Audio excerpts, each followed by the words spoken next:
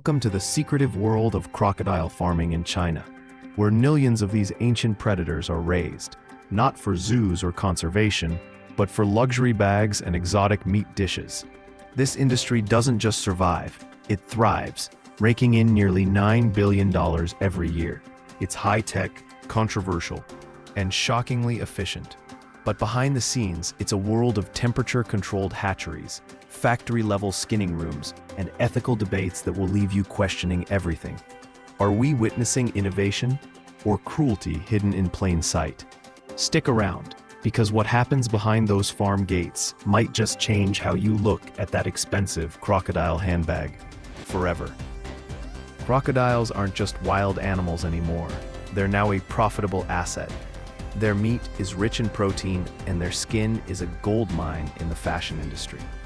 From luxury belts to designer handbags, crocodile leather sells for thousands of dollars. And China has figured out a way to farm these reptiles at scale, turning nature's beasts into controlled, profitable livestock. The start of life, egg incubation. It all starts with the eggs. Female crocodiles lay their eggs in specially prepared sand pits. On these farms, workers mimic natural nesting grounds using thick layers of soft, moist sand to keep the eggs warm and protected.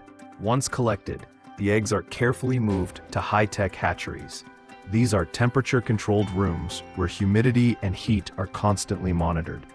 The temperature is typically kept between 29 degrees Celsius to 34 degrees Celsius, which plays a huge role, not just in hatching success, but even in determining the sex of the baby crocs. Hatching takes about 65 to 90 days depending on conditions. When it happens, dozens of tiny crocodiles break through their shells, vulnerable, yet already showing the aggression they're known for.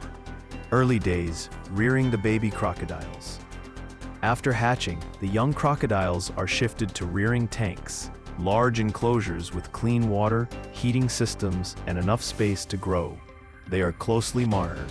Any sign of sickness or aggression beyond normal is noted. Nutrition plays a big part at this stage. Their diet includes protein-rich feed to help them grow faster and healthier. These early weeks are critical. If the crocs don't develop well, they can't be used for either meat or leather production. The business begins, sorting and processing. Once the crocodiles reach a certain size, it's time for the real business to start. Depending on market demand, some are kept back for further breeding, but most are sent for commercial processing. The farms sell them to specialized factories where the real transformation happens.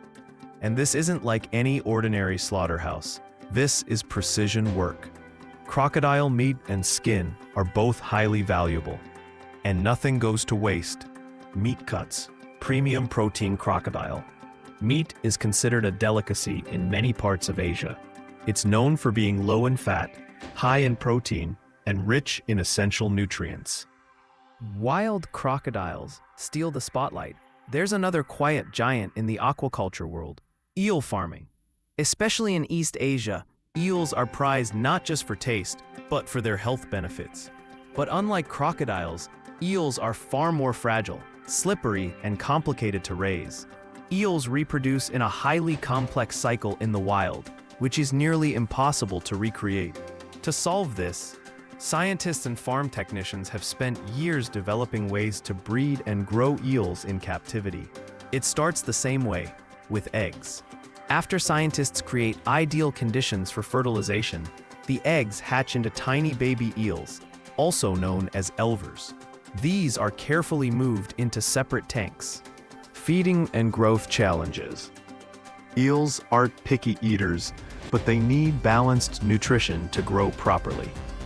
Their meals usually include a mix of fish meal, soybean meal, wheat, and fish oil, specially blended to support healthy development.